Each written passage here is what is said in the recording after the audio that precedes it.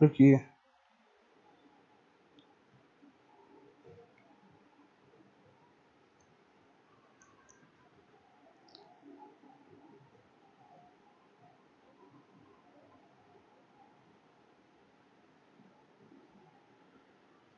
वो लाइव हो गया। हाँ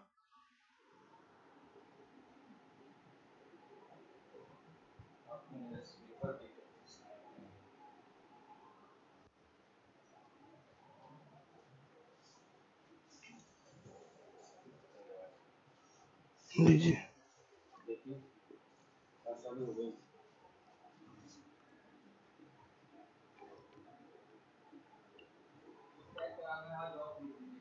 ठीक ठीक। गुड मॉर्निंग सभी प्यारे विद्यार्थियों को। मैं कार्तिक मिश्रा एक बार फिर से आप सभी लोगों के लिए यहाँ पीईटी की क्लास लेके आया हूँ, क्योंकि आज लिंक शेयर नहीं हो पाई, इसलिए पहला काम लिंक शेयर कर देंगे और फिर इसके बाद चाहे जो करिए आप लोग, ठीक है। फिर हम शुरू करते हैं। पहले एक बार लिंक शेयर कर देते हैं, किसी को इन्फॉर्मेशन नहीं मिली है कि पीटी की क्लास स्टार्ट हो गई है। एक बार लिंक जरूर शेयर कर देंगे सब लोग। आज हम लोग बहुत नए नए मुद्दों पे बात करने वाले हैं।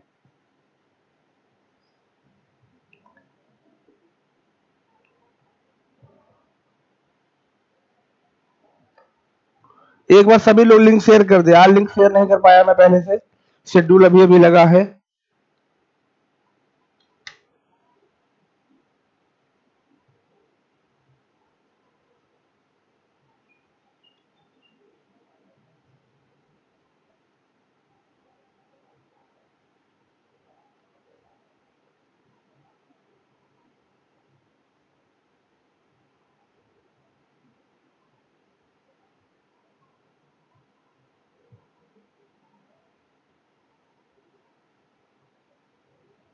थोड़ा सा भी अगर देर होता है तो लोग पूछने लगते हैं क्लास चली क्यों नहीं चल रही है, इसलिए आप लोग लाइव जरूर कर दे सभी लोग। आज हम लोग बच्चों पढ़ने वाले हैं बहुत जरूरी चीज। आप लोगों को आज हम शब्दों के बारे में बताएंगे। जैसा कि आप लोगों को मालूम है कि शब्द के बारे में पूछा जाता है आपकी परीक्षाओं में।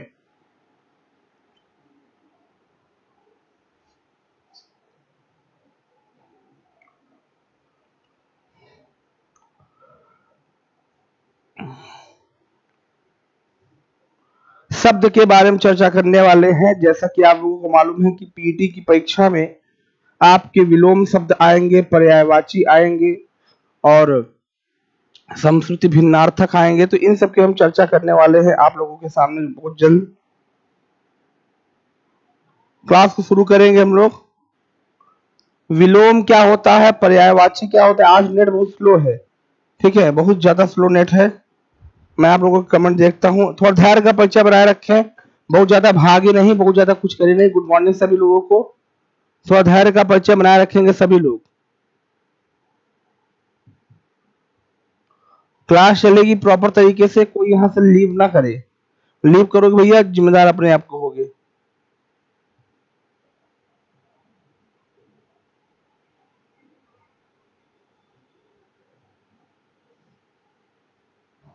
गुड मॉर्निंग सभी लोगों को, गुड मॉर्निंग।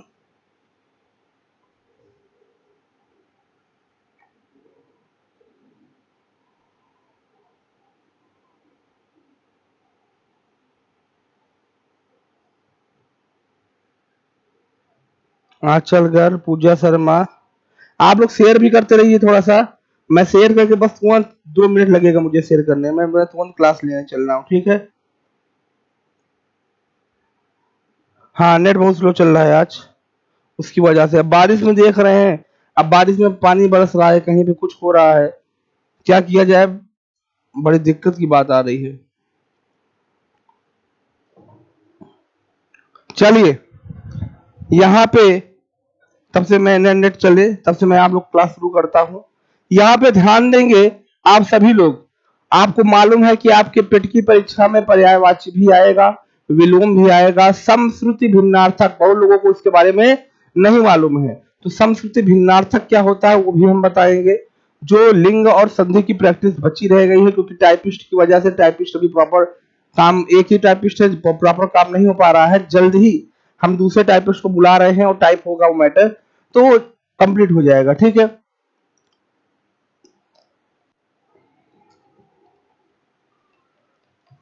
अब बिना इंटरनेट के क्या किया जाए, आप लोग खुद बताइए।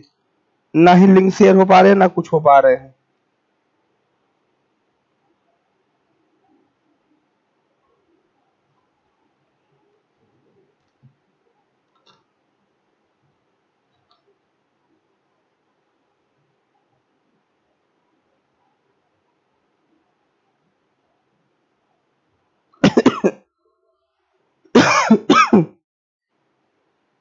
मौसम परिवर्तित हो रहा है, तबीयत भी खराब हो सकती है, इसलिए आप लोग अलर्ट रहिए सभी लोग, ठीक है।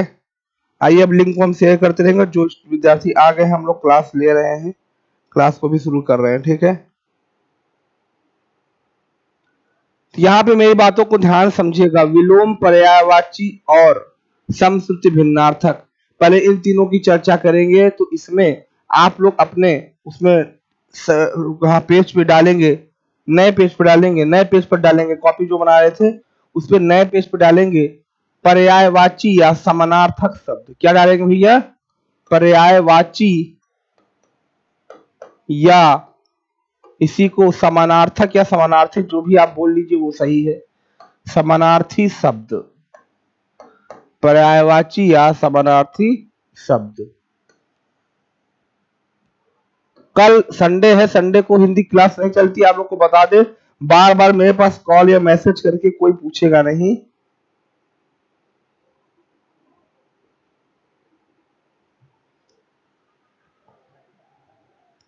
समश्रुति या भिन्नार्थक, समश्रुति या भिन्नार्थक शब्द, सभी लोगों का स्वागत है।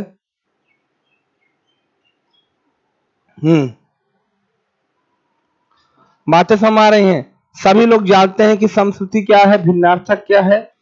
यहाँ पे हम आपको पर्यायवाची और समानार्थी शब्द के बारे में पहले बताएंगे, इसको बताने के बाद विलोम बताएंगे, फिर समश्रुति के बारे में बात करेंगे। ये सब चीजें आपकी परीक्षाओं में पूछे जाते हैं। होता क्या है, अगर मान लीजिए आपका नाम सुरेश है और घर का नाम गोलू है, मैं आपको कहूंगा कि गोलू, तब भी आप ही आएंगे, और सुरेश तब भी आप आएंगे। मतलब कि ये एक ही व्यक्ति के नाम हैं और समान अर्थ देते हैं, इसीलिए तो इसका नाम समानार्थी। अब गंगा जी को चाहे भागीरथी बोलिए, चाहे गंगा बोलिए, चाहे देव नदी बोलिए, सब तो एक ही चीज है। सांप को चाहे आप ब्याल बोलिए, चाहे आप उसको अहि बोलिए, चाहे भुजंग बोलिए, विषधर बोलिए, तो वो एक ही चीज है। तो पर्यायवाची या समानार्थी शब्द वही चीजें होती है। आप लोग वीडियो को लाइक करें सभी लोग, एक ही चीज होती है, ठीक है। अब मुझे, हाँ नेट चलने लगा, 1 मिनट का टाइम दीजिए बस। 1 मिनट में मैं सब शेयर कर देता हूँ। जिनके पास लिंक नहीं है, कुछ लोग को ऐसे ही को लिंक नहीं मिले तो वो आ नहीं सकते लाइव। 1 मिनट, आप तब से वीडियो को लाइक करें।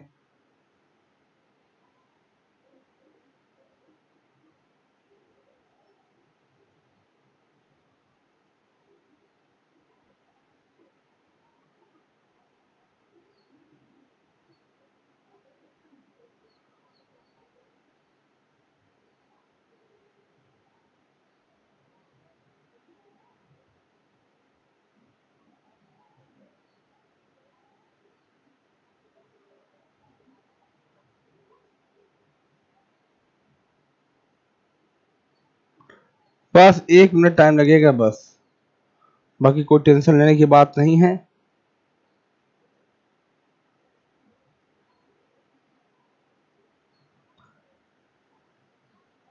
और बार बार बता रहा हूँ, कल हिंदी क्लास नहीं चलेगी तो नहीं चलेगी।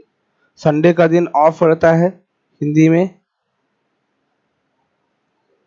हम इन सबको पढ़ा देंगे, इसके बाद अपठित गद्यांश कराएंगे, ठीक है। तो टाइपिंग हो जाए तब तक। जहां तक मैंने बताया वहां तक आप लोगों को समझ में आया है? सभी लोग जवाब दे दें, यस बोल के जवाब दे सभी लोग। जो भी आपको लिंग पढ़े हैं, संधि पढ़ी है, वो बातें समझ में आई हैं। इसमें कुछ ऐसे भी होंगे जो लिखेंगे नहीं, तो भैया आप अगर पढ़ोगे नहीं तो कैसे आ पाएगा, इसमें मेरी गलती थोड़ी है।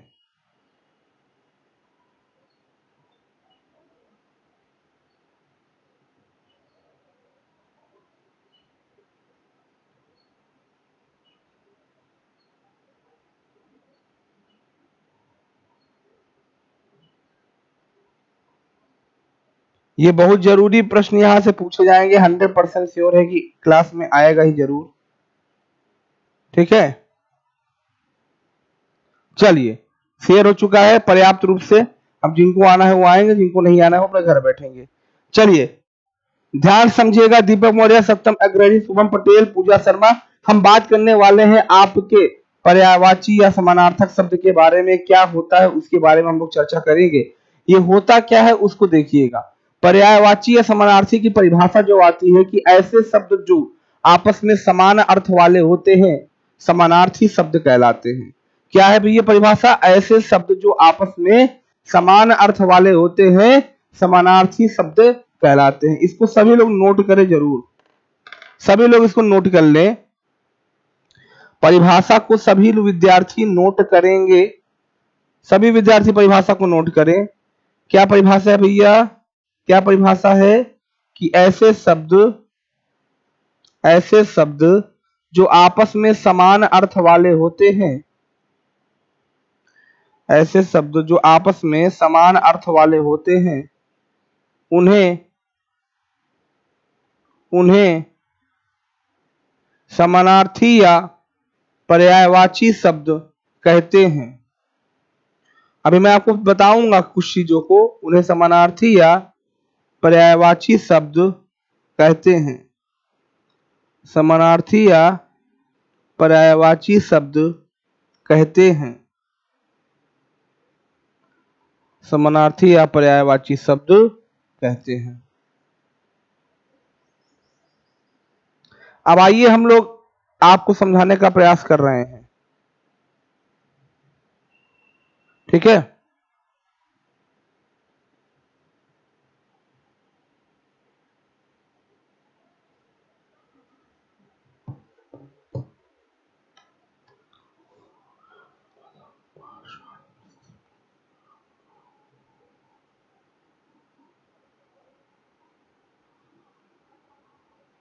मुझे मालूम है कि आप लोगों को मालूम है कि पर्यायवाची क्या होता है, लेकिन मैं यहाँ जो बताना चाह रहा हूँ उसको समझिएगा। अब बहुत अच्छी जानकारी भी दे दूंगा, जिंदगी भर आप लोग मस्त रहेंगे एकदम से। जैसे ध्यान समझिएगा, सभी प्यारे विद्यार्थी ध्यान समझेंगे मेरी बात को। हम शुरू से लेके चलते हैं। अगर हम पहले नंबर पे बात करें, अभी लिखने की जरूरत नहीं है, किसी को लिखने की आवश्यकता नहीं है। इसकी पूरी रॉफल तैयार है, वो रॉफल दी जाएगी। एक दिन में रॉफल नहीं तैयार होती है। ठीक है, रॉफल तैयार होने में टाइम लगता है, वो भी मिलेगा आपको। मान चलिए कि अभी से आप लोग को एक हफ्ता वेट करना पड़ेगा। ठीक है, जैसे गंगा है, अब गंगा को देख रहे हैं ना, गंगा जी को कई नाम है। इनको हम देव नदी भी कहते हैं, देव नदी कहते हैं। इनको हम लोग भागीरथी कहते हैं। कहते हो नहीं कहते हो भैया? भागीरथी कहते हो, कहते हैं ना। गंगा, देव नदी, भागीरथी, इनको मंदाकिनी भी कहा जाता है, मंदाकिनी। तो ऐसे इनके कई सारे नाम हैं। तो यहाँ पे आप कह सकते हैं कि गंगा के समानार्थी शब्द कौन कौन से हैं? देव नदी, भागीरथी, मंदाकिनी, भागीरथी, मंदाकिनी। तो ये गंगा के पर्यायवाची हो गए।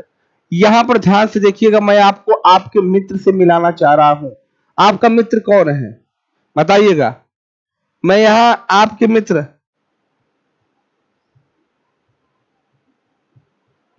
एक मित्र के बारे में बताना चाह रहा हूं। उसका नाम आप बता सकते हैं कि कौन सा मित्र है?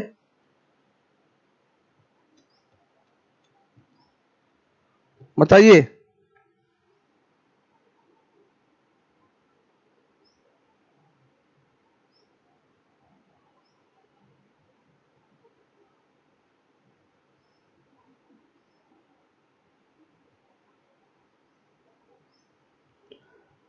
बताइए कौन है भैया? नहीं बता पा रहे हैं।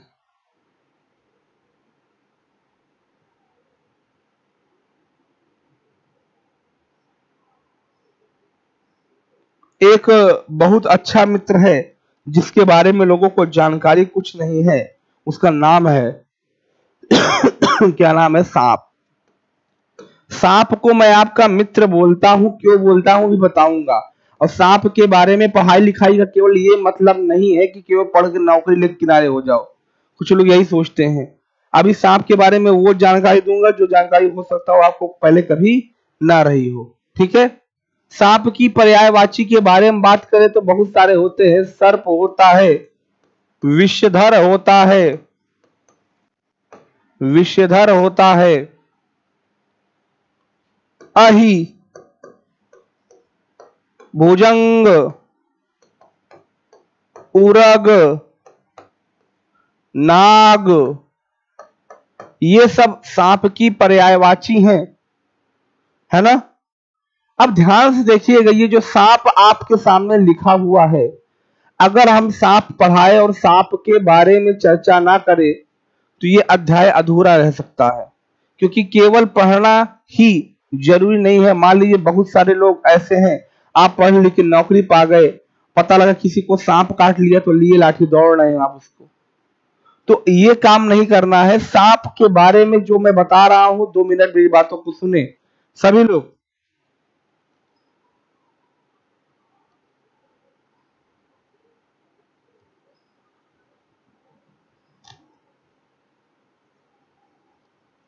हाँ, अब सभी लोग मेरी बातों को सुनेंगे।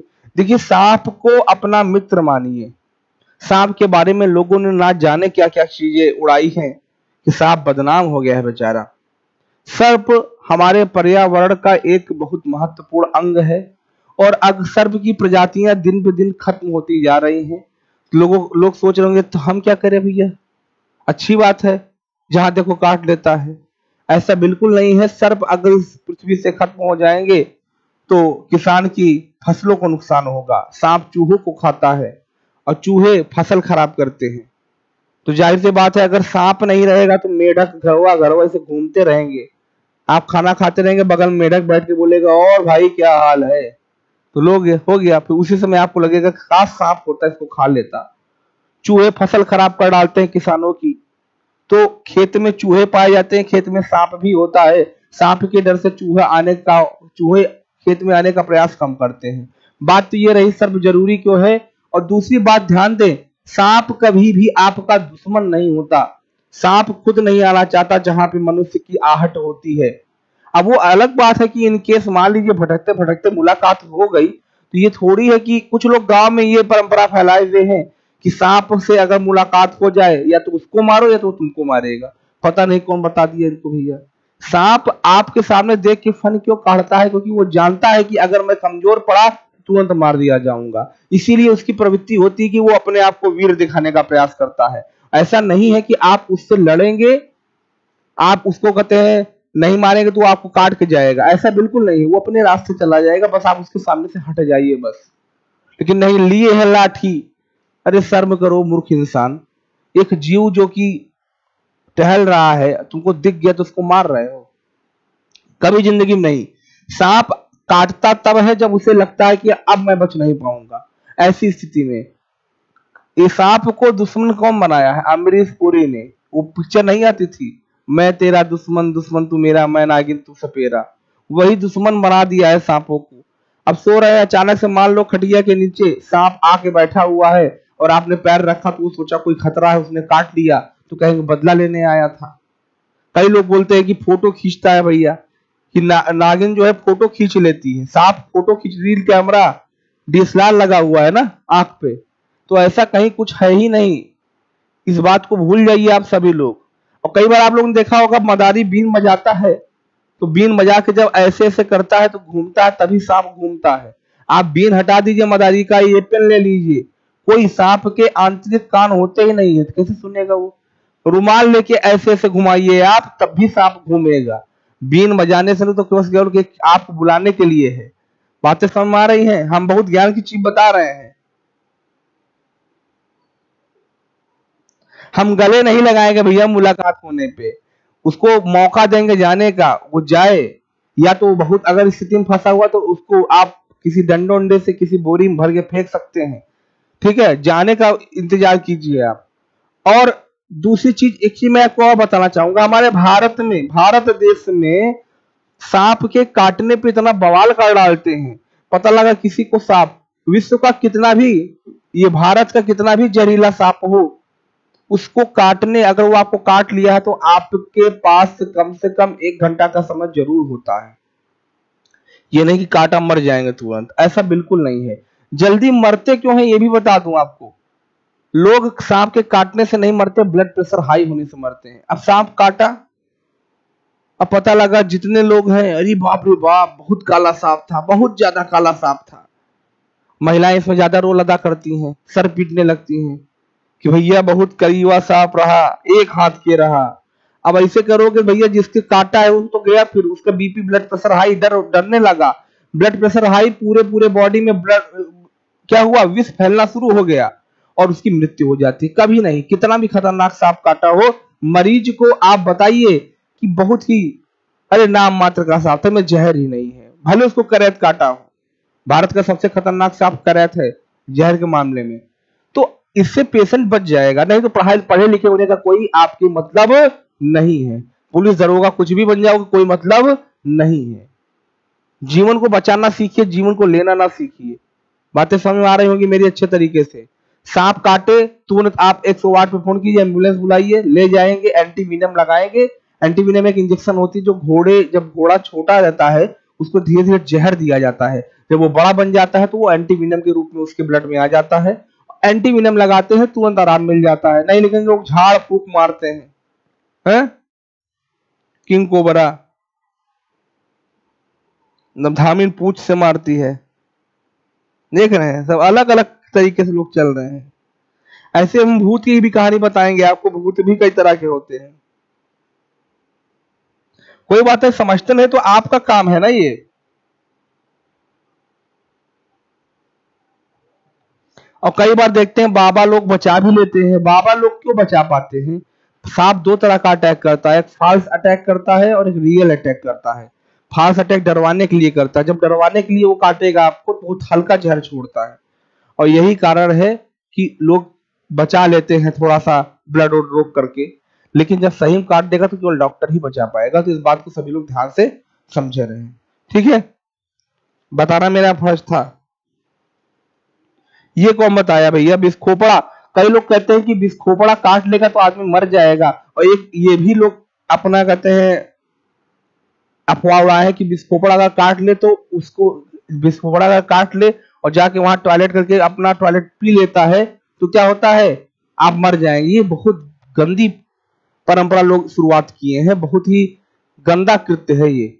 लोग अफवाह उड़ाए हैं, ये सब कुछ नहीं है। बिस्खोपड़ा के अंदर जहर होता ही नहीं है, बिस्खोपड़ा के शरीर में जहर होता है, बॉडी में जहर होता है, ठीक है? ऐसा कुछ नहीं, वो हल्का सा आपको टिटनस की इंजेक्शन लगेगी, आप ठीक हो जाएंगे। डॉक्टर से संपर्क कीजिए। बाकी ये सब लोग अफवाह उड़ा उड़ा के बेवकूफ बनाने का प्रयास किए हैं। और अभी भी अगर आप लोग पढ़े लिखे होने के बावजूद भी पता लगा दरोगा बन गए हैं, सांप काट लिया है, तो वहां बैठ करके कह रहे हैं मैं रीजनिंग लगाऊंगा, मैं अभी तुरंत लगाता हूं, तुरंत यहाँ पे अल्फाबेट, अरे अभी भी तुरंत तुरंत लगाते हैं डायरेक्शन, क्लॉक लगाएंगे, कैलेंडर लगाएंगे, ये काम देगा क्या? इसके साथ आपको ये सब जानकारी होना बहुत जरूरी है, इस बात को समझे रहे सभी लोग, ठीक है? अब अंशुमान तिवारी, मैंने बताया है कि अनसीन पैसेज तभी हो पाएगा जब टाइपिंग स्टार्ट हो जाएगी, तो इंतजार कीजिए, मैं टाइपिंग लेके आऊंगा, ठीक है?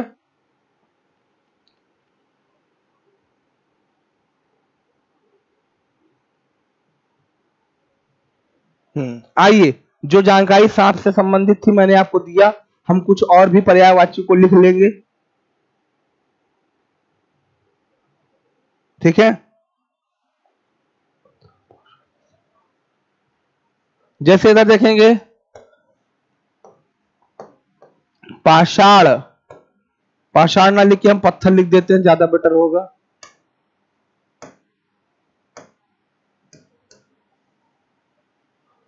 पत्थर, पत्थर की अगर पर्यायवाची पूछा जाए तो इसको आप बता सकते हो पाषाण, प्रस्तर, पाहन। इसको नोट कर ले सभी लोग, सभी लोग नोट कर ले। बाकी बहुत ज्यादा पर्यायवाची लिखाने के मूड में नहीं हूं, वो आपको मिलेगा तो आप खुद जान जाएंगे। 4, एक और लिख लीजिए,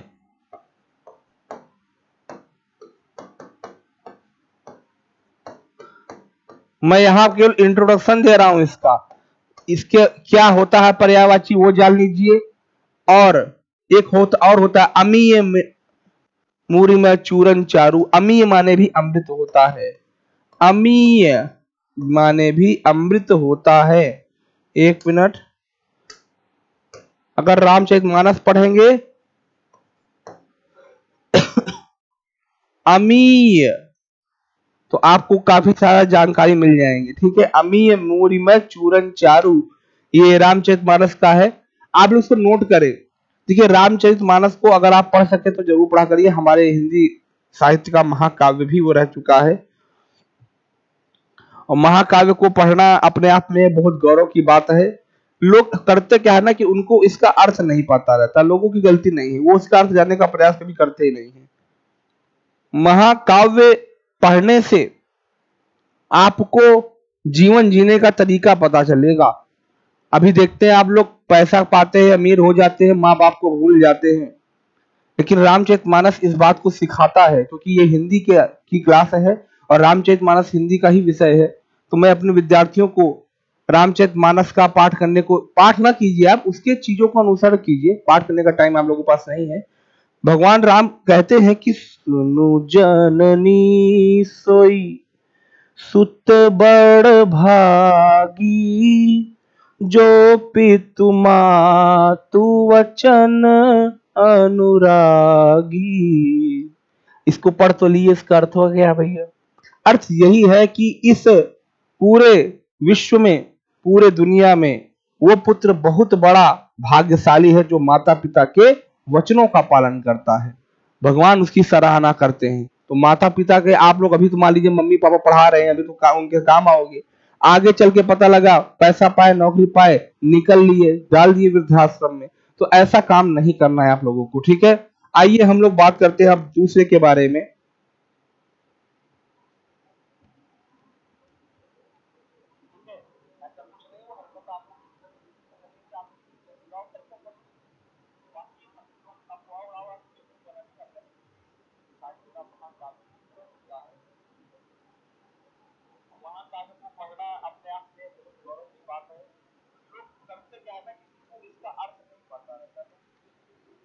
आइए अब हम लोग बात करेंगे विलोम शब्द के बारे में। आज मैं आपको यही सब बताने आया हूं। दूसरा जो है हमारे पास नंबर 2 है विलोम शब्द।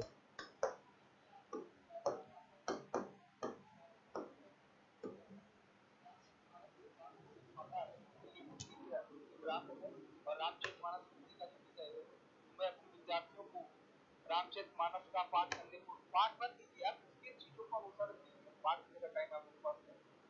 भगवान राम कहते हैं कि जननी सोई सुत बड़ भागी, जो पितु मातु वचन अनुरागी।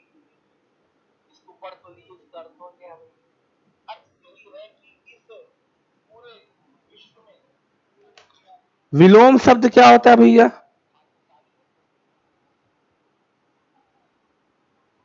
विलोम शब्द के बारे में बात करते हैं, जिसको आप लोग इंग्लिश में एंटोनिम के नाम से जानते हैं। किस नाम से जानते हैं? एंटोनिम के नाम से जानते हैं। विलोम शब्द क्या होता है उसकी चर्चा हम लोग करते हैं। जैसा कि आपको मालूम है,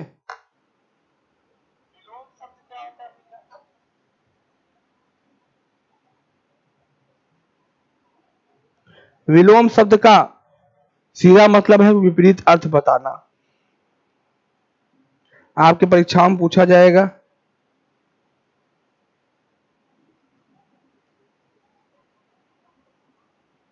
वहां पे आपको इसका अर्थ बताना पड़ेगा। इंग्लिश में इसको एंटोनिम बोलते हैं, इंग्लिश में नहीं बताएंगे। विलोम का जो शाब्दिक अर्थ होता है वो उल्टा होता है, उल्टा या विपरीत।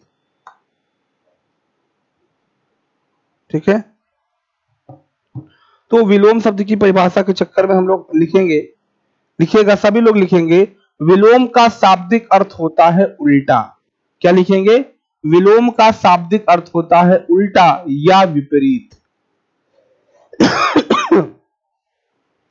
विलोम का शाब्दिक अर्थ होता है उल्टा या विपरीत। उल्टा या विपरीत अर्थात किसी शब्द का विपरीत अर्थ बताने वाला शब्द, अर्थात किसी शब्द का विपरीत अर्थ, परीक्षा में सब पूछ देगा तो हमसे मत बोलना बाद में। पहले सभी लोग वीडियो को लाइक करें। आप लोग बैठ जाते हैं, लाइक नहीं करते कुछ भी। उदय भान पर्यायवाची एंड हो गया। मैं बताया कि मैं यहाँ केवल इंट्रोडक्शन दे रहा हूँ, पर्यायवाची लिखवाई नहीं जा सकती, वो सीट में मिलेगी। रॉफल सीट है, रॉफल सीट को लगभग 8 से 10 दिन लगेगा भी आप लोगों के पास पहुंचने में, ठीक है। तो इस बात को ध्यान रखिए, मैं इंट्रोडक्शन दे रहा। विलोम शब्द भी पूरा नहीं लिखाया जा सकता, 4-5 शब्द लिखवाऊंगा। आप समझिए कि विलोम है क्या वास्तव में। लिखिएगा विलोम शब्द, विलोम का अर्थ होता है उल्टा या विपरीत, उल्टा या विपरीत, उल्टा या विपरीत। अर्थात अर्थात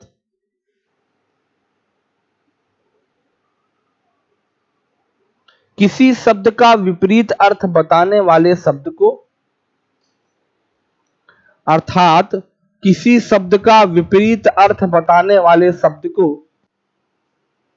विपरीत अर्थ बताने वाले शब्द को विलोम शब्द कहा जाता है, विलोम शब्द कहा जाता है ना। अब अगर मैं इसमें बताऊं बहुत सरल सरल, एक तरफ अगर मैं शब्द लिख दूं और एक तरफ विलोम लिख दूं, तो बहुत सारे सरल सरल शब्द आप लोग जानते भी हैं, उसको बताने का कोई मतलब नहीं, लेकिन फिर भी देख लीजिए। जैसे पाप, अगर आपने पाप नहीं किया, पाप का विलोम क्या होता है? पुण्य, हुआ ना। ऐसे अंत का विलोम क्या होगा? अंत का आदि, आदि माने प्रारंभ होता है, इसको याद करना पड़ेगा। अच्छत मतलब जो कभी भी क्षति ना हो, क्षत ना हो, नष्ट ना हो, इसका विपरीत होता है विक्षत, जो नष्ट हो ना। ऐसे बहुत सारे शब्द आपके सामने आएंगे।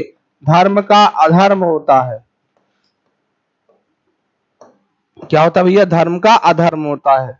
शब्दों को नोट जरूर कर ले।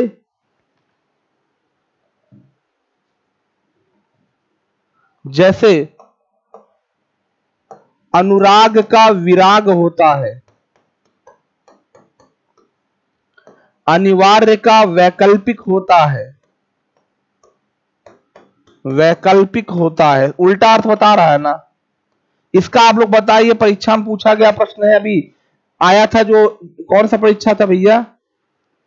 फॉरेस्ट गार्ड में, फॉरेस्ट गार्ड में पूछा गया प्रश्न है अनिवार्य का वैकल्पिक। फॉरेस्ट गार्ड में, फॉरेस्ट गार्ड नहीं, जेल वार्डन में पूछा गया प्रश्न है। बताएंगे आप सभी लोग, गोपनीय का विलोम क्या होगा? गोपनीय का विलोम बता सकते हो तो बताइए।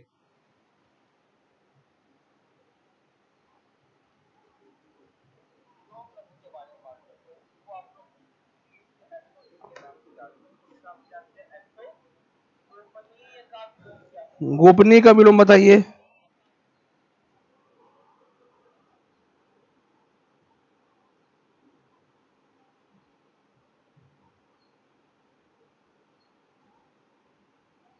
उजागर ना। अब खुला उला इसे ना बताओ, जो थोड़ा सा पूछा गया प्रश्न है उसको बताइए। खुलेआम लिखना है, इसे लिखोगे तब तो हो गया। गोपनीय माने जो छिपाया गया हो, और पारदर्शी माने जो दिख रहा हो।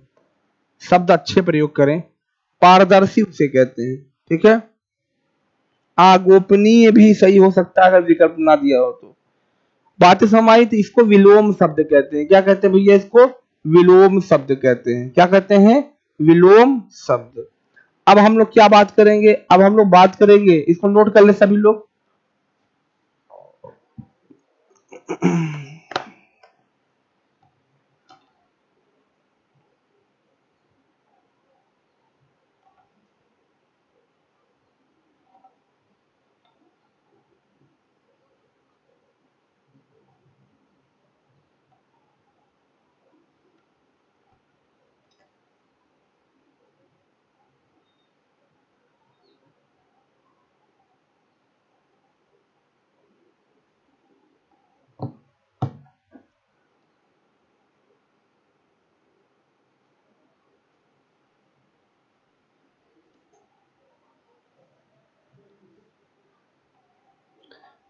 बोलिए।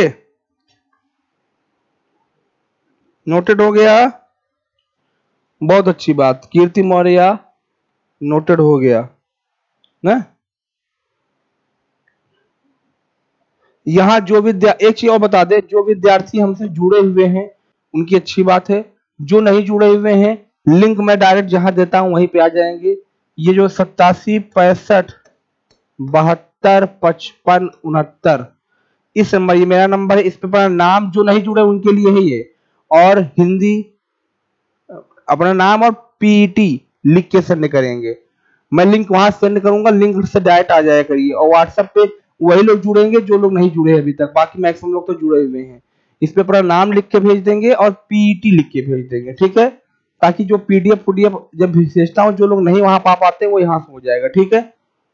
हाँ, इस बात को सभी लोग ध्यान में रखें। आइए हम लोग आगे बढ़ते हैं। अब हम लोग बात करेंगे किसके बारे में, किसके बारे में बात करेंगे। अब आइए हम लोग तीसरे नंबर बात करेंगे समश्रुति। इसके बारे में लोग जानते नहीं हैं, क्या है, नंबर 3 पे नोट करेंगे समश्रुति।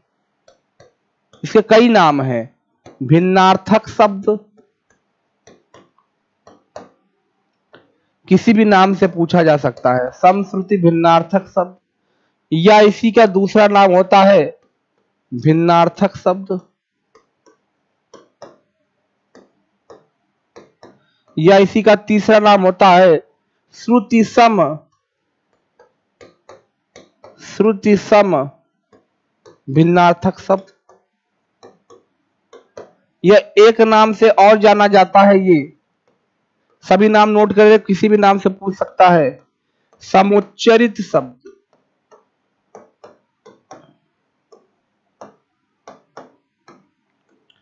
किस नाम से जानते हैं, समुच्चरित शब्द। इतने नाम हैं इसके।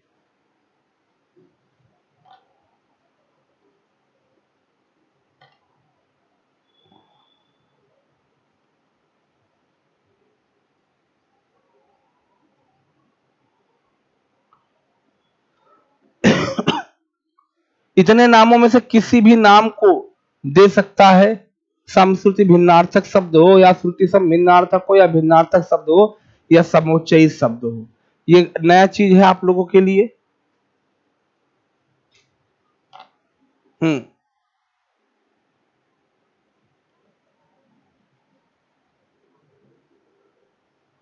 चलिए हम इसको परिभाषा बता देते हैं, फिर भी आप समझ जाएंगे अच्छे तरीके से। लिखिएगा, परिभाषा में सभी लोग लिख लें, लिखिएगा, ऐसे शब्द जो उच्चारण की दृष्टि से, ऐसे शब्द जो उच्चारण की दृष्टि से लगभग समान हो, जो उच्चारण की दृष्टि से लगभग समान हो, परंतु भिन्न भिन्न अर्थ वाले हों, परंतु भिन्न भिन्न अर्थ वाले हों, उन्हें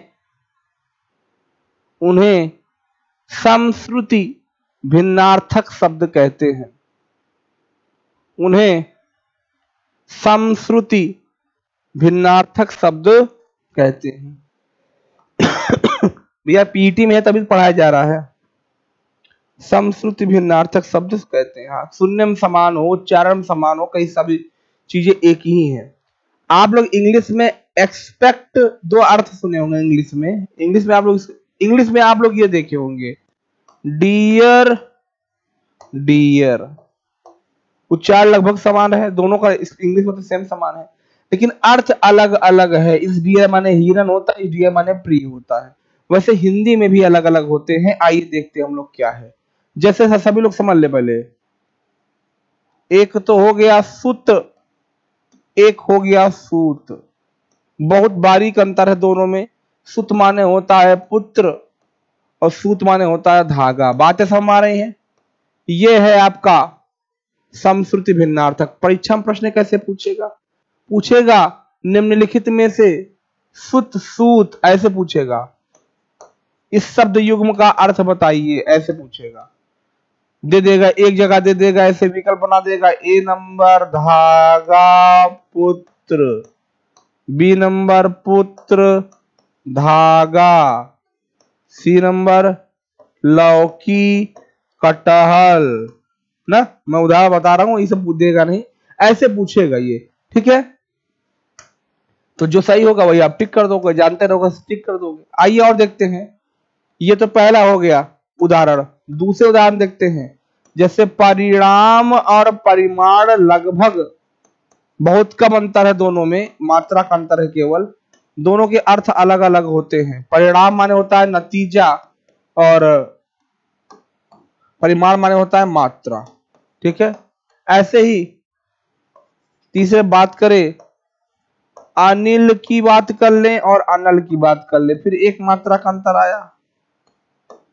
क्या होगा? अनिल माने वायु और अनल माने आग। बातें समझ में आ रही हैं? बोले भैया।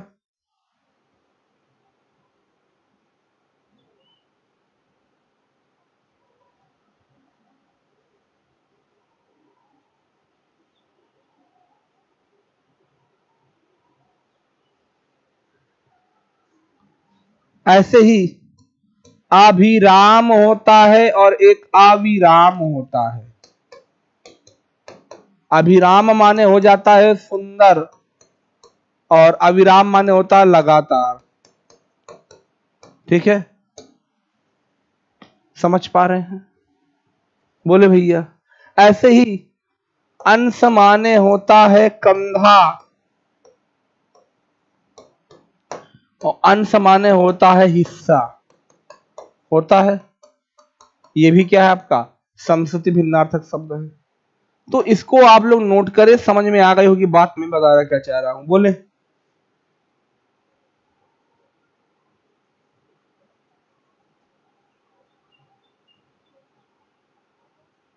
हाँ, हो गया ना। ये भी आपको बता दिया गया। इसका जो डिटेल दिया जाएगा वो डिटेल आप लोगों को सीट में मिलेगा। सीट 2 दिन में नहीं बनती, मोटी सीट है भैया, वो 40-48 पेज की है। तो वो टाइप हो रही है, टाइम लगेगा उसमें थोड़ा सा। बहुत पहले दे दूंगा आप लोगों को मैं, अभी 10वीं क्लास है ही ये। इसको नोट कर ले सभी लोग।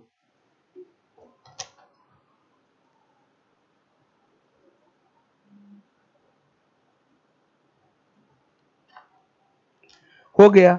मैंने आपको पर्यायवाची बताया, विलोम बताया, समश्रुति बताया। अब बात करेंगे वाक्यांशों के लिए एक शब्द के बारे में। जो जो चीजें हैं उन सब चीजों को मैं कवर करते चल रहा हूं। अब आइए हम लोग चौथे नंबर पर बात करते हैं वाक्यांशों के लिए एक शब्द। नंबर 4, वाक्यांशों के लिए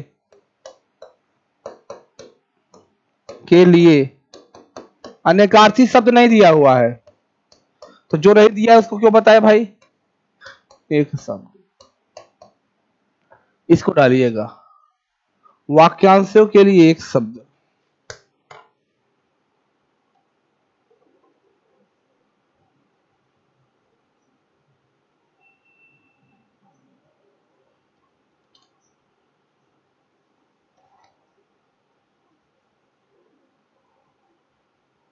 अब ये क्या होता है भैया?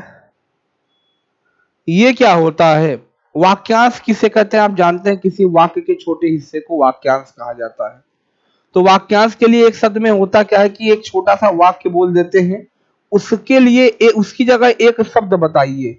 जैसे अगर मैं बोल दूं, ध्यान सुनिएगा, हम अपने दैनिक जीवन में देखते हैं, देखेंगे सभी लोग दैनिक जीवन में जो बोल रहा हूं,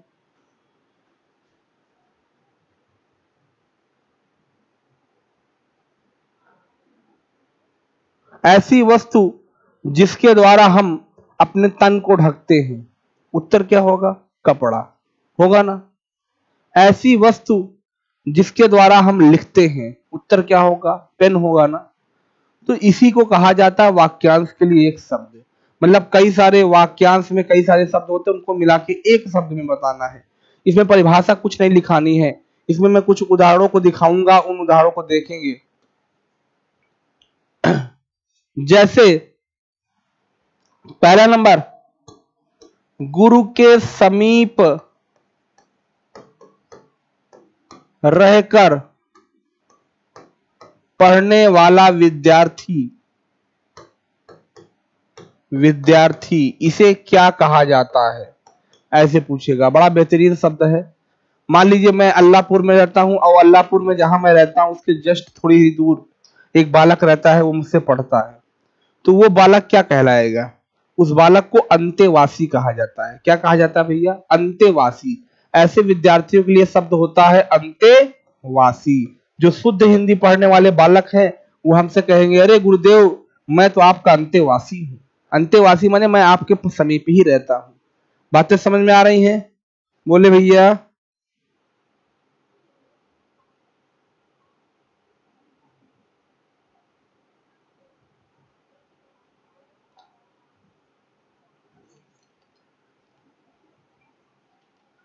हाँ, ऐसे जिसका कोई शत्रु ना हो, जिसका कोई शत्रु ना हो उसको कहा जाता है अजात शत्रु। ये एक रचना भी है जयशंकर प्रसाद की, अजात शत्रु। अगर आपका भी कोई दुश्मन नहीं है तो आप भी लिख लीजिए अपने नाम के आगे, आप टाइटल यूज कर सकते हैं, अभिषेक अजात शत्रु। तो जो हिंदी के विद्वान लोग हैं वो जान जाएंगे कि आप क्यों नाम रखे हैं। जैसे मैं अपना नाम रखूं, मैं अपने फेसबुक पे अपना नाम बदल के लिख सकता हूं, कार्तिकेय अजात शत्रु लिखूं, मेरा कोई दुश्मन नहीं है। तो अजात शत्रु माने जिसका कोई दुश्मन नहीं है। हाँ, लिखे हैं जिसके द्वारा जिंदगी बर्बाद होती है टिकट, बोरे टिकट, दीपक मौर्य। हैं? बरसात का असर आपके ऊपर दिखाई दे रहा है।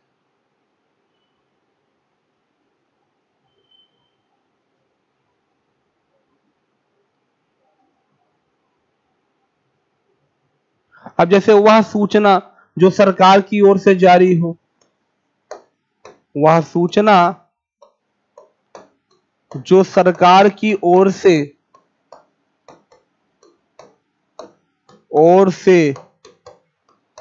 जारी हो उसको क्या बोलते हैं? अधिसूचना। क्या बोलते हैं भैया? अधिसूचना ना।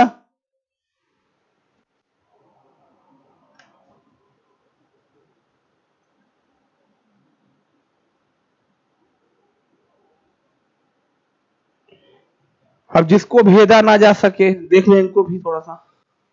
नंबर 4, जिसको भेदा ना जा सके, ना जा सके उसको कहते हैं अभेद्य। अभेद्य माने जिसको भेदा ना जा सके।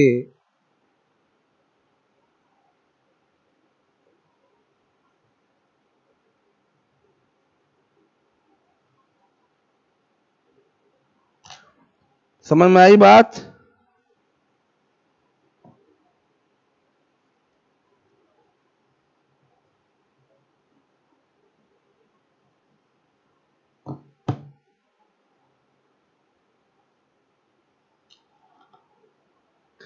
बिल्कुल सही।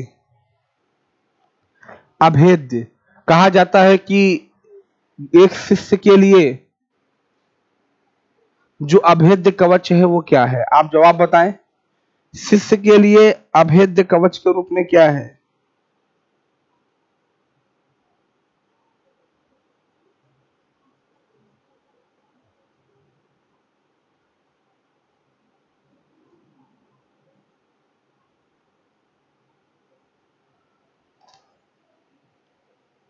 नहीं बता पा रहे हैं। एक शिष्य के लिए अभेद्य कवच क्या है? शिक्षा ना। इसका मतलब कि आप लोग श्री राम के अनुकरण नहीं किए, श्री राम का ज्ञान नहीं है। ना ना ना ना ना ना। अरे भैया, भगवान राम जी ने, साक्षात ईश्वर ने बोला है कि कवच अभेद विप्र गुरु पूजा, यही सम कोई उपाय न दूजा। याद होगा आप लोगों को, मतलब कि विप्रो जो ब्राह्मणों, जो गरीबों की सेवा करता है, गुरु की सेवा करता है, वही क्या है, वही आपके अभेद कवच के रूप में काम आएगा। ये जब रावण लड़ रहे थे युद्ध राम जी से, और राम जी पैदल थे और रावण रथ में सवार था, तब विभीषण जी घबरा गए, और तब भगवान राम ने जो जीवन का संदेश दिया कि एक व्यक्ति, एक योद्धा के लिए जो रथ और शस्त्र हैं वो धनुष और बाण नहीं, क्या क्या है, आप लोगों ने सुना भी होगा, भगवान राम जी ने बताया होगा कि सुनहु सखा कह कृपा निधाना, जो जय होय सो संदन आना। भगवान ने बताया कि जो जीतने वाला रथ है वो ये रथ नहीं है। रथ क्या है उसको सुन लीजिएगा कि बल विवेक दृढ़ ध्वजा पताका, सौरज धीरज तेहि रथ चाका। बल विवेक दृढ़ ध्वजा पताका, जो सौर्य है, धीरज है, उस रथ के पहिए हैं, और बल विवेक दृढ़ ध्वजा पताका है। सत्यशील संपरिहित घोड़े, क्षमा दया कृपा कृपा रज जोड़े। सत्यशील, दम और परिहित 4 घोड़े हैं। ईश भजन सारथी कृपाना, ईश्वर का भजन आपको अच्छे मार्ग पे ले जाएगा। यही सब आप लोग थोड़ा सा इसको अनुकरण करके चलेंगे तो जीवन अच्छे जीने में मजा आएगा। बाकी गाना सुन रहे हो कि मैं बारिश बन जाऊं तो तुम बादल बन जाना, तो बारिश और बादल बनते रहिए, कोई दिक्कत नहीं। युवा है, युवा हम भी हैं, लेकिन हम भी थोड़ा सा आध्यात्म की ओर झुकाव दे रहे हैं अपना, ठीक है।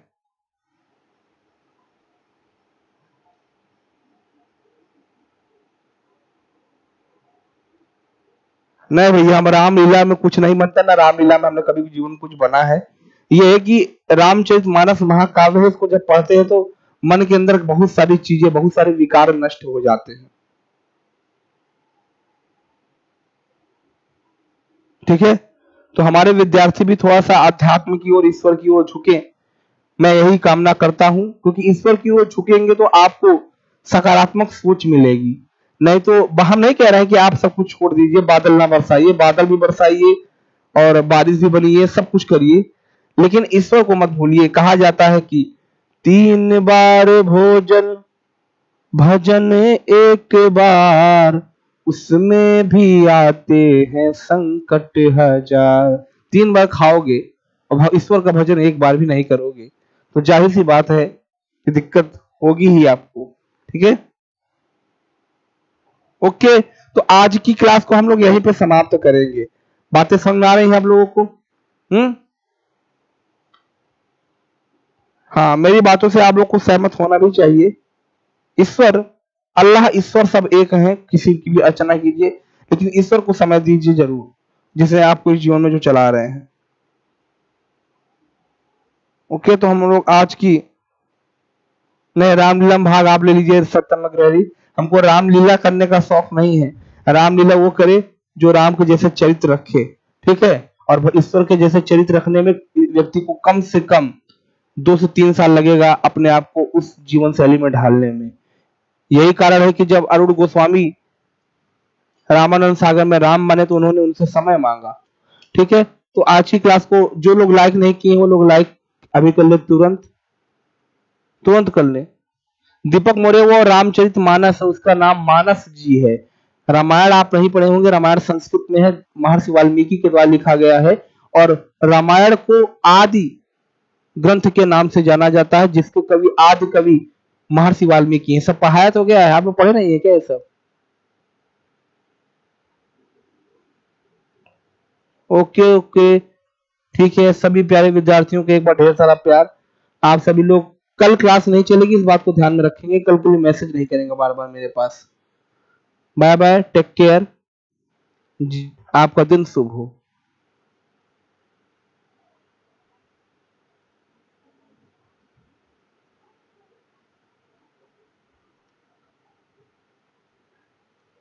हमने